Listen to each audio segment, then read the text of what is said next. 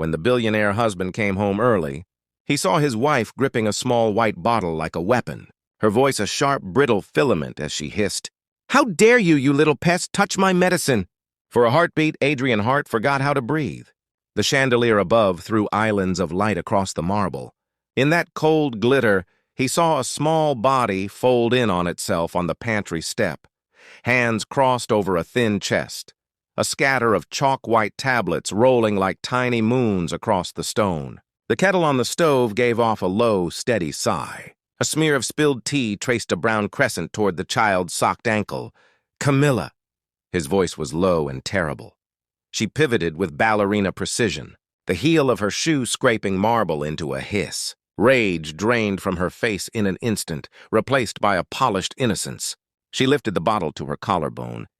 Bracelets chimed. "Adrian, you startled me," she said, a breathy laugh already lacquered and ready for guests. She was pawing through my prescriptions. "I caught her." Adrian's gaze slid to the little girl. She couldn't have been more than 8. Dark hair clung damply to her forehead. Flour dusted one knee where she had slipped against a lower pantry shelf. The left knuckle on her tiny hand was abraded, a pinprick of red glistening like a drop of varnish. Her eyes were shiny and wide, but steady in that dignified two-adult way children learn when their safety depends on quiet. He crouched so the chandelier's glare didn't blind her. "Hey," he said softly. "What's your name?" "May," she whispered. "Are you hurt?" She shook her head automatically, breath catching in a small, scraped sound. I was coughing," she said, working the words through a tightened throat. "Mama said to wait, but the bottle was right there and I thought it helps." She glanced at Camilla as if the air itself needed permission. Camilla's smile sharpened. "You see? Caught red-handed." She waggled the bottle, like proof. "They've grown bold lately, Adrian. First the pantry, now my medicine cabinet. If I don't draw a line, the house disappears." Adrian's eyes returned to May. The child hugged her elbows as if she could compress the cough by sheer will.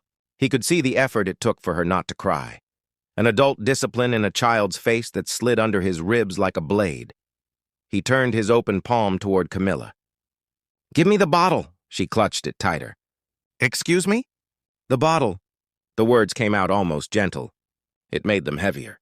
She set her jaw. "You come home with your savior complex and suddenly the staff's children are pharmacists."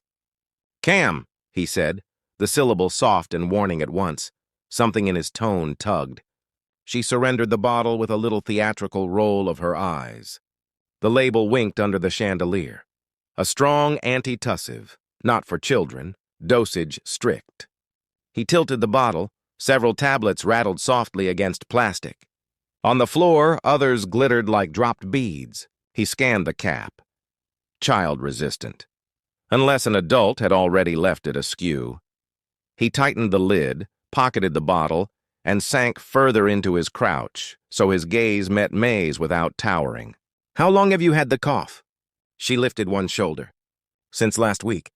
It hurts most at night." A shape appeared in the pantry doorway.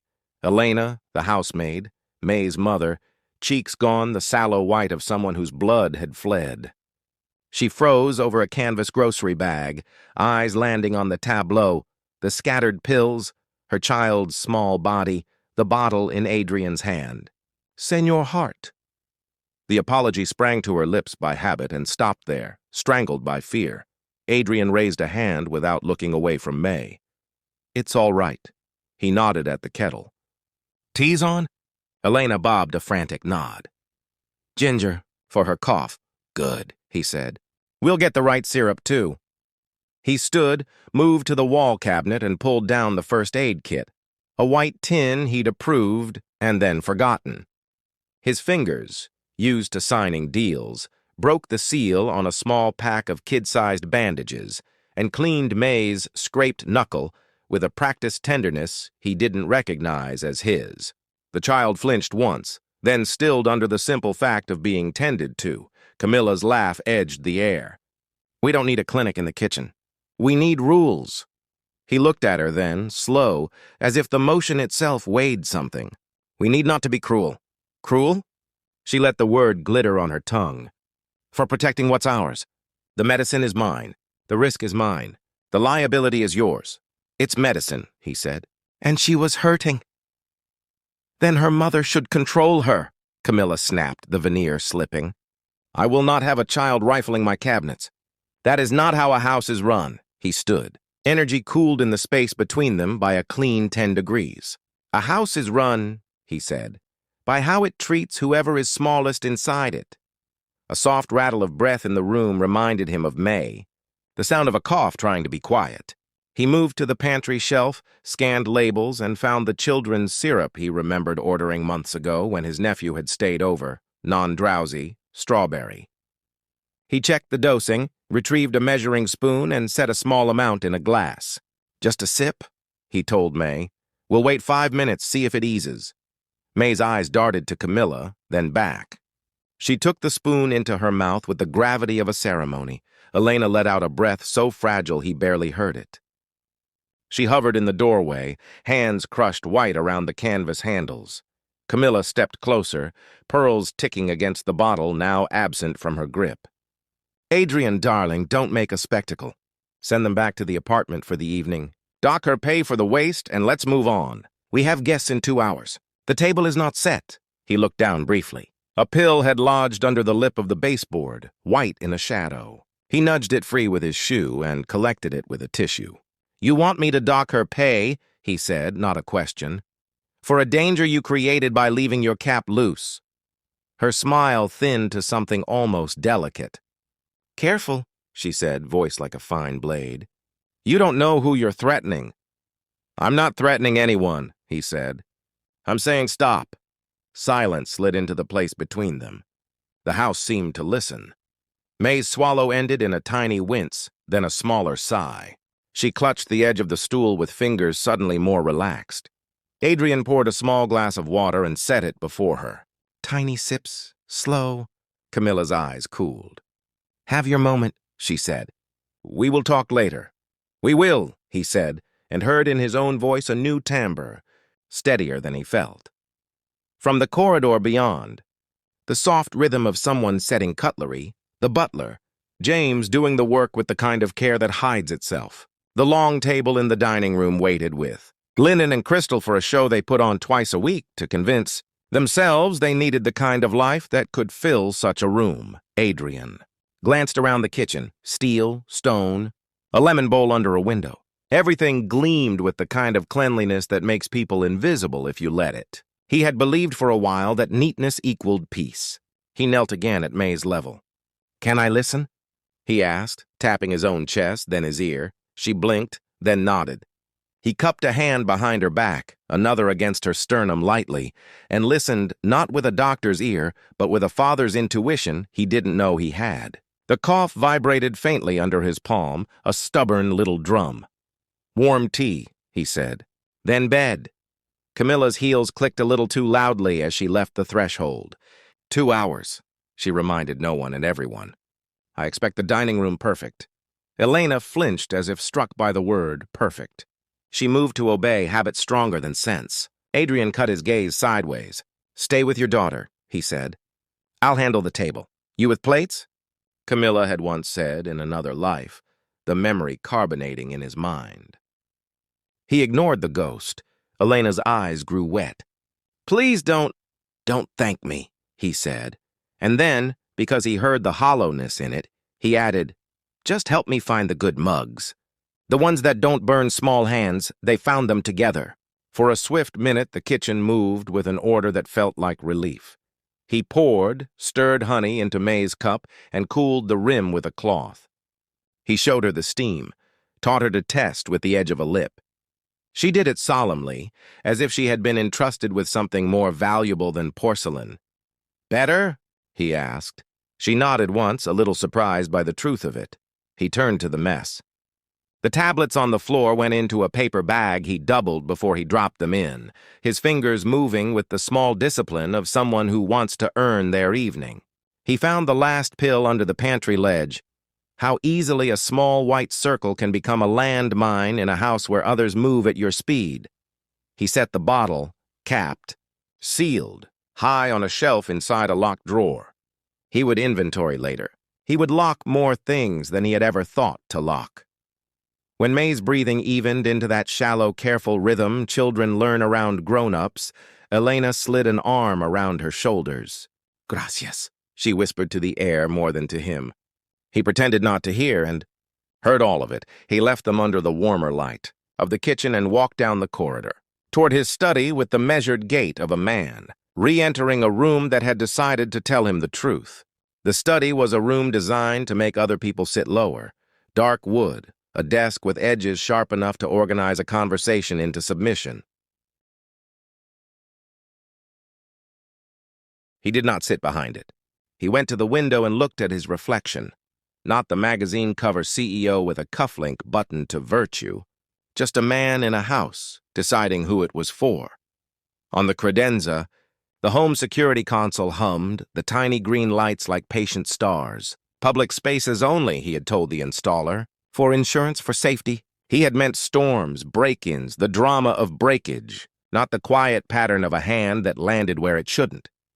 His finger hovered over the permissions longer than it should have. He thought of privacy, of marriage, of the inch between oversight and surveillance. Then he thought of the small palm that had trembled in his hand, the effort it took for May not to cry. He pressed his thumb. The archive unfolded. Dates, times, rooms. Evidence or absolution, depending on the day. He chose the kitchen feed from last Thursday. At first, the choreography of normal. Plates, footsteps, the slice of a knife. Then Camilla's voice, light as sugar. "This again?" "That cough is theatrical." Elena's voice small, steady. "She's ill, ma'am." "Ill," Camilla mimicked, a girl mocking a girl. The camera caught a hand, quick and precise, striking the marble with the bottle like a gavel. May flinched. Adrian's mouth filled with a taste like metal. He skipped ahead. Monday. Camilla's tone cooled. "The child-safe cap is safe from children, not from mothers who teach impatience." A laugh like crystal. A clatter of a spoon. A small cry he recognized from downstairs now, not a hurt as much as a shrunken anger. His hand tightened on the mouse. He selected 2 more clips at random. Pattern. His talent, the thing that made his money, had always been seeing patterns. Markets like weather, people like rivers, numbers like algae that bloom where you least expect. Now the pattern in his house was made of something he'd preferred not to measure. He copied the last month. Then the month before, a drive purred to life as if it had been waiting to be useful. He made a second copy. He slid one into an envelope, labeled it with his tidy block letters, kitchen, dining, pantry, last 60 days. He wrote the date and his initials because there is a kind of magic in making something official. His phone lit his face blue when he lifted it. He scrolled past the attorney whose name he used for acquisitions gone mean. He stopped at another. Lydia Crane? No, that was a banker. He reversed. Hannah Cole, the civil rights lawyer he'd heard on a panel about domestic work and dignity audits. He didn't press call, not yet. He typed a message he didn't send. Need counsel tonight.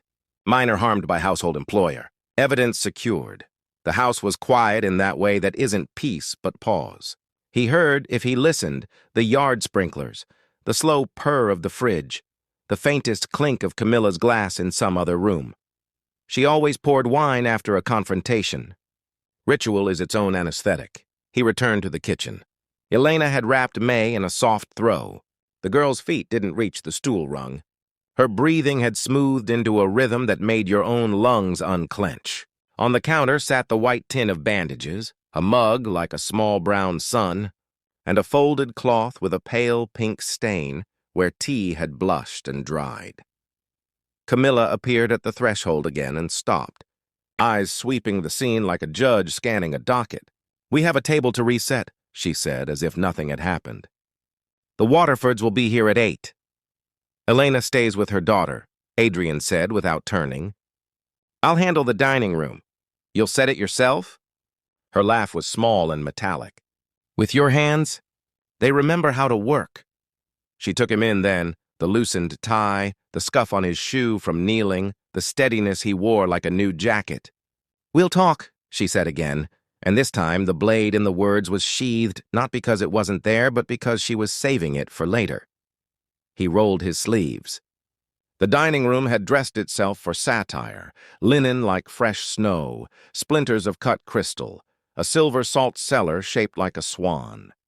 He picked up the scattered place cards as if names were feathers. He reset the plates, not summoning anyone, not ringing the little bell that sat, ridiculous, by the sideboard. He placed forks with their owlish dignity at just so angles because he thought that if he did the small things exactly right, maybe the big thing would agree to follow. In the wall mirror, he caught his reflection again, less man in charge, more man in question. The idea that a house could correct itself by replacing a shattered plate was laughable. He laughed once, very softly, just so he could hear himself not break. His phone buzzed in his pocket. A message from his assistant. Board dinner moved to Tuesday. The foundation wants your pledge letter by morning. He typed back, I'll be offline tonight. He put the phone face down and finished polishing a spoon that didn't need polishing. When he stepped back into the kitchen, May was tracing the rim of her mug with a fingertip, the way children test if a circle is truly round. Do you like to draw? He asked before his better mind could edit. She blinked, then nodded, uncertain. I'll find paper, he said. After tea. She considered him. People like him promised paper the way they promised everything, easily. She tucked a small strand of hair behind her ear and gave him the smallest smile, the kind that doesn't include debt. Elena stood near the sink, hands still, posture no longer apologizing to the air. Mr. Hart, she said, very quiet. Please don't make trouble for us. Truth isn't trouble, he said.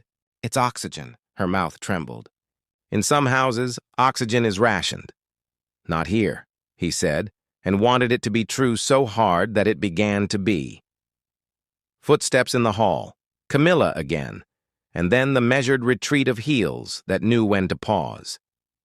The kettle clicked off with a small, satisfied sound. May coughed once more, as if to remember the habit, and then stopped. Adrian washed his hands, the water turning his skin pink and faithful. He dried them on a cloth that smelled like lemon and heat. He looked around his kitchen, his home, and felt for the first time the weight and reach of the sentence people like him loved to say at parties. My house. He thought, then it is my job to decide what pain is allowed in it. He sent the unsent message to Hannah. Upstairs in his study, the monitors dimmed to a low blue. He returned to them the way a witness returns to the stand. The screen filled with dates and rooms, a grid of patient rectangles. He hovered over play. Adrian? Camilla's voice floated from the hallway like a ribbon. Darling, remember the Waterfords prefer the Pinot from the left cellar, not the right. He didn't answer. He clicked. The house listened to itself. On the screen, the kitchen from an afternoon 3 weeks ago, sunlight cut by the lattice, flour dust in the air like a secret snow. Camilla's shoulders crisp as paper. Elena's hands gentle and quick. May's cough blooming between them like an unwanted flower. The sound of a cap clicking loose. A voice, Camilla's, slicing into the hush. We do not medicate without permission. A slap you could almost miss.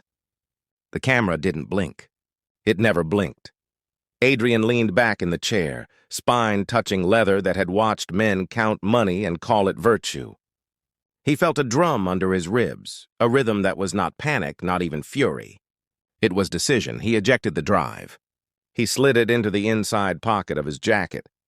He took a second and a third and fed the machine the last 30 days again, then the 60 before, because people like Camilla didn't break things just once.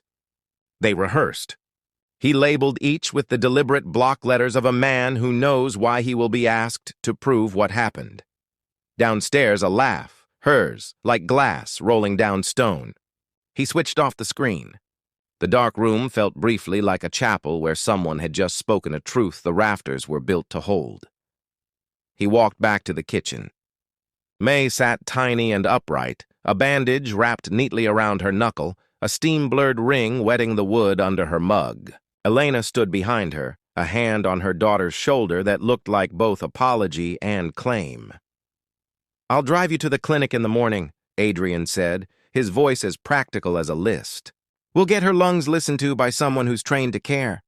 Tonight she rests. No late shift. Elena opened her mouth to argue out of habit. He shook his head once, the kind of gesture men like him use to close deals. "It's decided," he said gently. May lifted her eyes. Can I keep the mug?" she asked, as if a warm thing that was hers to hold might be a rare visitor in her life. "Keep it," he said, "and tomorrow we'll buy another like it. So this one never has to be shared if you don't want it to be." She nodded, the smallest acceptance, and set both hands around the heat. Camilla did not step into the kitchen again that night. She held to thresholds like a queen to her boarders. Adrian reset the dining room alone. He set 10 plates with his hands. He tucked napkins into rings and aligned knives until their reflections made a long, calm line. He did not call the Waterfords to cancel. He let the evening proceed like a play, but with a scene missing, the part where he used to pretend not to notice what it cost other people to keep his world gleaming. When the guests left and the silver dulled to something honest, when the house exhaled into its after-midnight quiet, Adrian stood in the kitchen doorway and watched Elena carry May upstairs to the small apartment over the garage. The exterior light clicked on with a loyal hum. At the threshold, May looked back and lifted the hand with the little bandage in a wave that was more oath than farewell. He lifted his own hand, palm open, as if swearing something he had not yet said out loud. "I will not fail you again." He remained there until their door closed and a lamp kindled behind the curtain. Around him, the house settled into the kind of silence that follows an argument and a promise.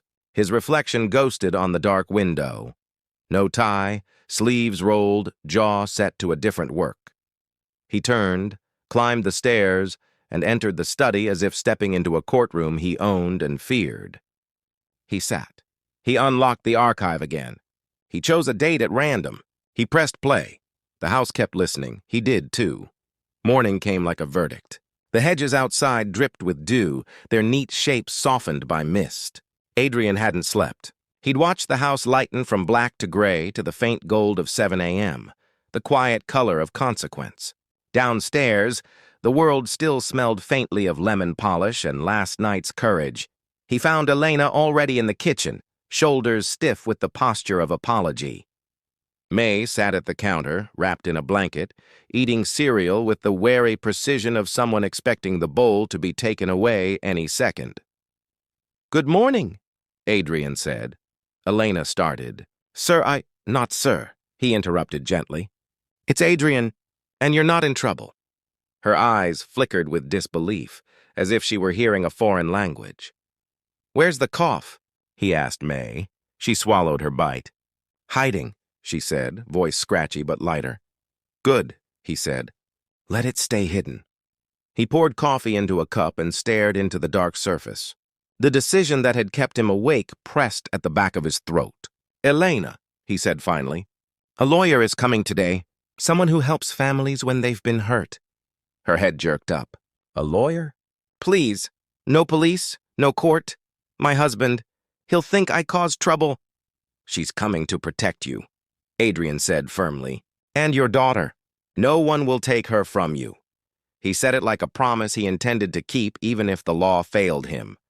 At 8:15, Hannah Cole arrived. She wore a navy coat and carried a folder marked simply Civil Rights. Her calm filled the kitchen like a steady tide. She crouched to May's level. "Hi, sweetheart. I'm Hannah. May I sit with you?" May nodded, cautious but curious. "I heard you weren't feeling well yesterday." A tiny shrug. "Better now. That's good. Can you tell me what happened?" Elena's hands twisted the dish towel, but she didn't stop her daughter this time. May spoke in the halting, too careful sentences of a child who had learned that the truth could hurt people. The cough, the bottle, the shout, the slap that wasn't a slap but felt like one. Hannah listened without writing until the story was done, then opened her folder. "This is clear abuse," she said quietly. "We'll file for an emergency protective order.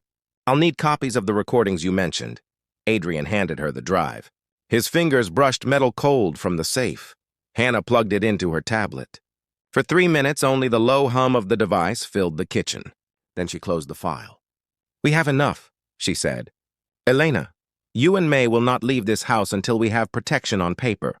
No one, she glanced toward the ceiling, not even Mrs. Hart, can approach you. Elena's lips parted. You can do that. I can, Hannah said. And I will. Camilla emerged at 9. Perfect. Always perfect. White blouse, gold earrings, the faintest trace of perfume sharp as glass. She stopped when she saw Hannah. Who are you? Hannah Cole, civil rights attorney. Camilla blinked, the kind of blink that buys time. Oh, this is charming.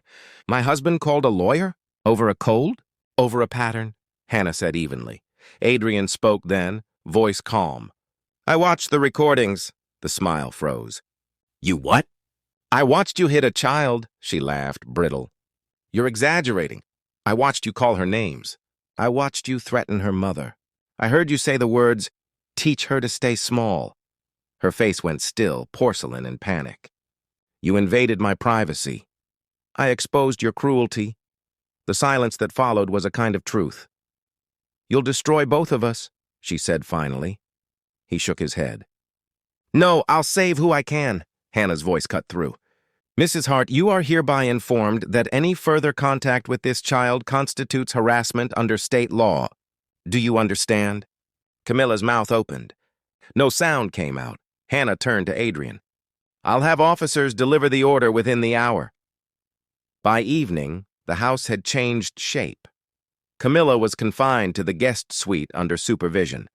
Her phone and laptop surrendered to security. The marble halls no longer gleamed, they absorbed sound. Hannah stayed, drafting statements. In the kitchen, May drew on a paper napkin with a borrowed pen. 3 stick figures under a square of sun. No more bad, she wrote in careful, blocky letters. Adrian stared at the words until they blurred. It's beautiful, he said. It's us, May answered simply. Elena's hands stilled over the kettle. For the first time, she smiled without apology. That night, Adrian couldn't sleep again. The house's silence had weight now, something between grief and relief. He walked its corridors like a penitent man tracing the stations of his own blindness. In his study, the monitors glowed faintly. He pressed play once more, not to punish himself, but to remember why silence was no longer an option. On the screen, a blur of motion, Camilla's hand raised, a child's flinch, then static. He stopped it there. Enough. He copied the files to 3 drives, sealed them, and wrote the date across each one. Then he called his head of security. Activate internal backups. Restrict access to me alone. Nothing gets erased. Yes, sir. When he hung up, he exhaled, long and steady. The kind of breath you take after holding it for years. At dawn, rain began, soft, steady, like forgiveness trying to learn its way back. Hannah returned with a court officer. The papers were handed over with quiet formality. Effective immediately, she said. Mrs. Hart cannot contact or approach the staff or the child. Elena sagged into a chair as if the words themselves had weight. May slipped her small hand into her mother's. Camilla's reaction was quieter than he'd expected. She emerged dressed in black, pearls gleaming like small defiance. So this is the theater, she said. And I'm the villain? You wrote yourself into that role, Adrian said. She smiled without warmth. Be careful what story you tell, darling. The world loves a scandal, he met her eyes. Then they'll hear this one straight. She left without looking back. By afternoon, the mansion felt different. Lighter, if not yet clean. The staff moved without flinching. The air smelled of tea and something like resolve. Hannah gathered her folders. Tomorrow, she said, we formalize everything. Then you start the harder part, repair. What does that look like? Adrian asked. Changing what power means, she said. Starting here. He nodded slowly. Then we start tonight. Outside, rain whispered over the hedges. Inside, May's laughter, thin, uncertain, but real, broke through the marble hush like a bell. 3 days after the order was signed, the house still smelled faintly of paper and ink, the scent of bureaucracy that follows justice when it finally arrives. The marble floors no longer shone.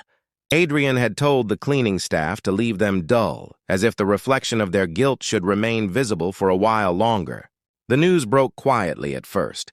Billionaire executive faces domestic scandal. Then louder. By the end of the week, the tabloids had turned his marriage into a sideshow and his compassion into a headline. Cameras waited at the iron gates. Reporters asked whether the girl's bruises were real or misunderstood discipline. Adrian didn't answer. He had learned the difference between silence that hides and silence that waits. He moved through his office downtown like a ghost, hearing his name whispered in conference rooms, watching colleagues offer the kind of sympathy that smells of strategy. At the elevator, Maya Singh, his chief operating officer, stopped him with a single sentence that felt like an anchor. "If you meant what you said about dignity, start proving it." That night he wrote until dawn, a document titled Project Hearth, Restoring Human Dignity. By morning, the plan was printed and bound. It wasn't philanthropy, it was reconstruction. Mandatory welfare audits for every Hart Industries property, staff housing, household employees, drivers, nannies, gardeners, confidential reporting channels bypassing personal employers, education grants for dependents of all domestic workers under Hart Enterprises, a new department, ethics and care, answerable directly to the board and to him. Maya read it silently, eyes skimming line by line. When she finished, she looked up. "Are you ready for the board to hate you?" "Yes," he said. "They can afford to." Camilla's absence became a kind of echo. The piano in the lounge gathered dust. The crystal glasses stayed untouched. Even the air seemed freer, though occasionally he caught the faint perfume she had worn, a note of lilies and cold intent. Elena and May had moved temporarily to the West Wing on Hannah's recommendation until a new residence could be arranged for them through protective services.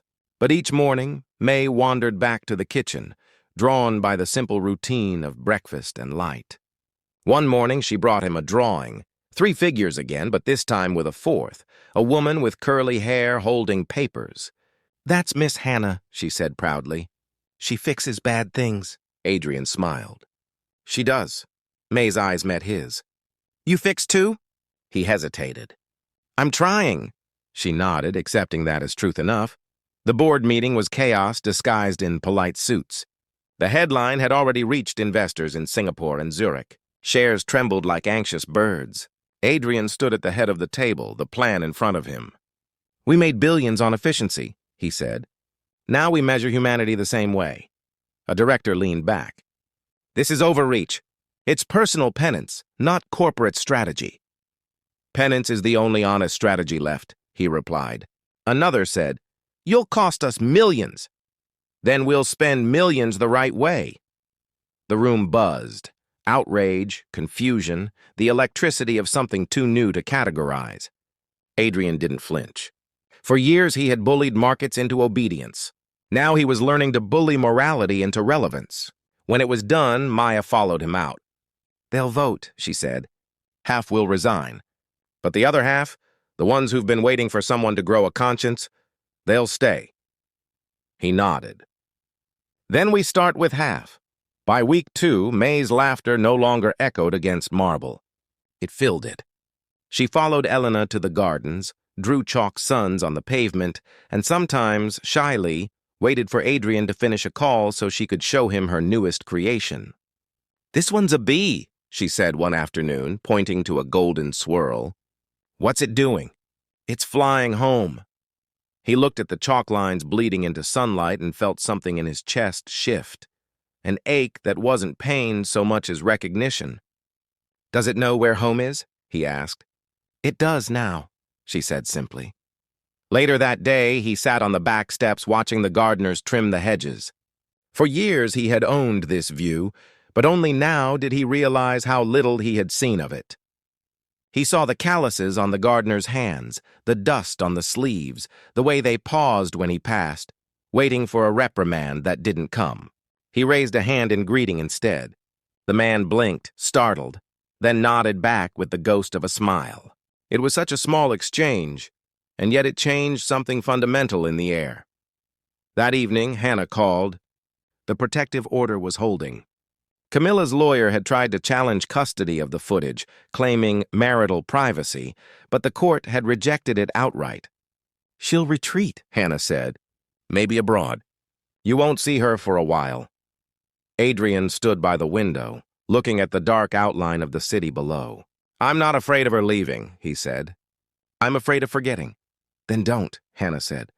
"Make the remembering public." The next day he did. He announced the creation of the Hart Foundation for Domestic Welfare. He held a press conference not at the corporate tower but on the front steps of his own house, the same marble now dulled to matte. Cameras clicked. Journalists whispered. Adrian read from a single page. "No house, no company, no person of power has the right to trade comfort for cruelty. Wealth is only worth what it shelters, not what it shines upon." When he finished, there was silence before the applause, slow, unsure, then growing, like people trying on belief for the first time. That night, he walked into the kitchen and found May asleep at the counter, head pillowed on her arm, crayons scattered like fallen petals. On the page beneath her cheek was another drawing, this one of a big hand holding a small one under a yellow sky. Beneath it she had written in crooked letters, "Thank you for safe." Adrian's throat tightened. He covered her with a blanket, dimmed the lights, and stood there for a long time, listening to her even breathing. For the first time in months, he let himself exhale fully. In the following weeks, reporters moved on. The scandal became a paragraph in a magazine, a cautionary tale for the privileged. But within the company, something real began to grow. Employees spoke freely in meetings. Policies shifted. For the first time, the phrase employee family didn't sound like corporate theater. Adrian attended every training, sat beside janitors and managers alike, learning how to listen instead of lead. At night, he still rewatched pieces of the footage, not out of obsession, but to remind himself what forgetting costs. Months passed. The house, once silent as marble, now breathed like something alive. The walls carried laughter, the windows stayed open, and even the wind that came through seemed less cold. On one soft afternoon, Adrian walked into the garden and found May kneeling in the dirt, planting something. "What are you growing?" he asked. "Sunflowers," she said. "They always look up." He crouched beside her, pressed his fingers into the soil, and helped her plant the next seed. "Then we'll give them a good sky," he said. She smiled at him, eyes bright as early morning, and for a moment, the world felt like it was finally tilting back toward grace. Rain fell in thin silver threads that morning, soft enough to sound like forgiveness on the glass. Adrian woke before dawn again, but it wasn't the restless wake of guilt anymore.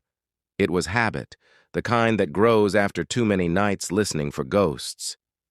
The house was quiet, not hollow quiet, but full quiet, the kind that holds breath instead of stealing it. He made coffee himself now, badly but proudly, burning the first batch and laughing when May wrinkled her nose at the smell. Elena came in soon after, her hair still damp, her eyes clearer than he'd ever seen them. She didn't flinch when the kettle hissed. She didn't apologize for existing in the kitchen. She reached for mugs, poured tea, and when their hands brushed, she didn't pull away. The bruises on her spirit had faded slower than the ones on her skin, but they were fading all the same. Camilla's legal team had gone silent after the last ruling. The court had accepted the settlement. The trust for May's education, the community service hours, the mandatory counseling.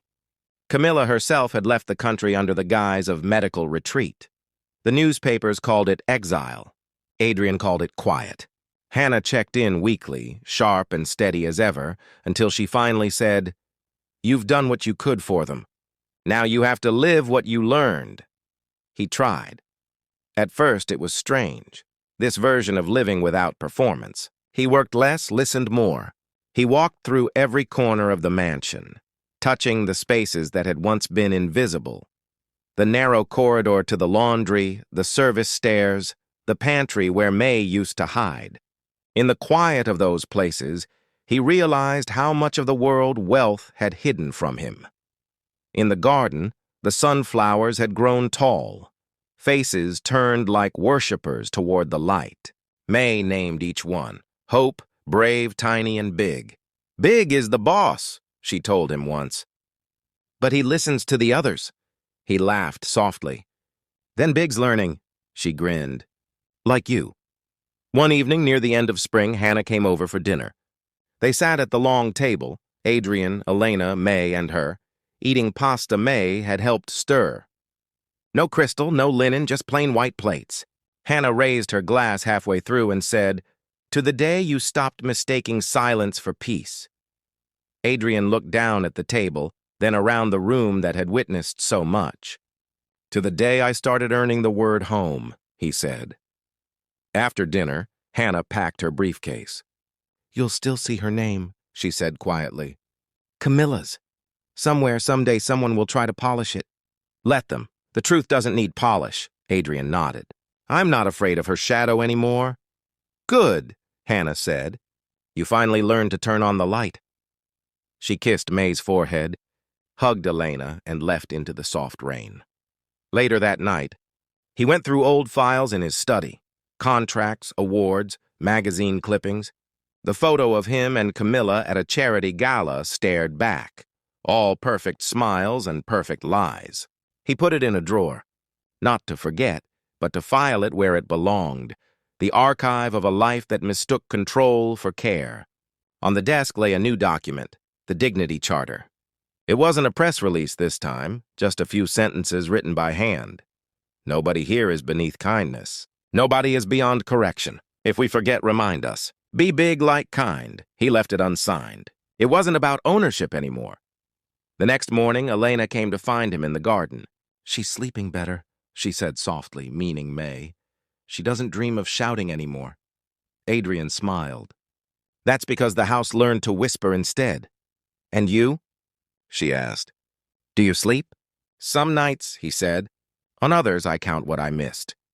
She looked at him for a long moment, then said, "You didn't miss this one." That afternoon, they drove to May's school. The small art room smelled of glue and paint, and children's laughter spilled from it like sunlight. On one wall hung a drawing that made him stop. A large house under a golden door of light, 3 figures holding hands. The title written in neat, careful letters read, "Home After Storm." The teacher smiled when she saw him staring. "She drew that for the community contest," she said. "Won a ribbon." On the way home, May held the ribbon against the window so it fluttered in the wind. "It's for courage," she said proudly. "And for drawing straight lines even when your hands shake." Adrian blinked hard. "That's the best kind of line," he said. Days turned into weeks. The board adapted. The foundation grew quietly, funding shelters, clinics, and legal aid for household workers who had stories like Elena's. Adrian refused interviews. He said all he needed to in actions: new housing projects with safety codes, scholarship funds that carried no logos, quiet calls answered at midnight from people who'd heard what he'd done and didn't know how to begin their own repair. One evening, as the last light faded, he stood by the window again, watching May in the yard chasing fireflies. She laughed freely now, no longer checking the doorway first. The sound filled the house, bright and unafraid. Elena sat nearby on the steps, sketching. The breeze lifted her hair, carrying the scent of wet earth and jasmine. He thought of everything it had cost to reach this ordinary moment: reputation, marriage, illusions, and knew none of it had been loss. It had been trade. He'd traded power for peace, silence for truth, marble for mercy. When May ran up with a jar full of light, he crouched to her level. "You caught them all," he said. "Only for a little," she replied. "Then I'll let them go." "They're prettier when they're free," he nodded. "So are people." That night, the rain returned, soft and constant. Adrian walked through the halls one last time before bed. The house didn't feel like stone anymore. It felt like breath. On the kitchen wall hung the framed card Elena had written at his request. The same words from the start, but now they looked different, lived in. Nobody goes hungry here.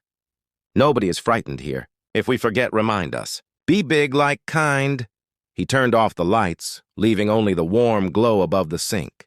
In its reflection, he saw not the man from magazine covers, not the polished mask of a billionaire, but a man who had finally learned the shape of looking. Outside, the garden shimmered under the rain. The sunflowers bowed and swayed, heavy with bloom. Somewhere upstairs, May's laughter turned into the soft murmur of sleep. The house listened and stayed awake a little longer, guarding the small, steady miracle of being safe. Adrian paused at the doorway, whispered to the dark, "We'll keep learning." Then he stepped out into the rain, head bare, heart lighter, and let it wash him clean. It wasn't an ending. It was a promise. The kind written not in marble or headlines, but in the quiet rooms of a house that had finally remembered how to care.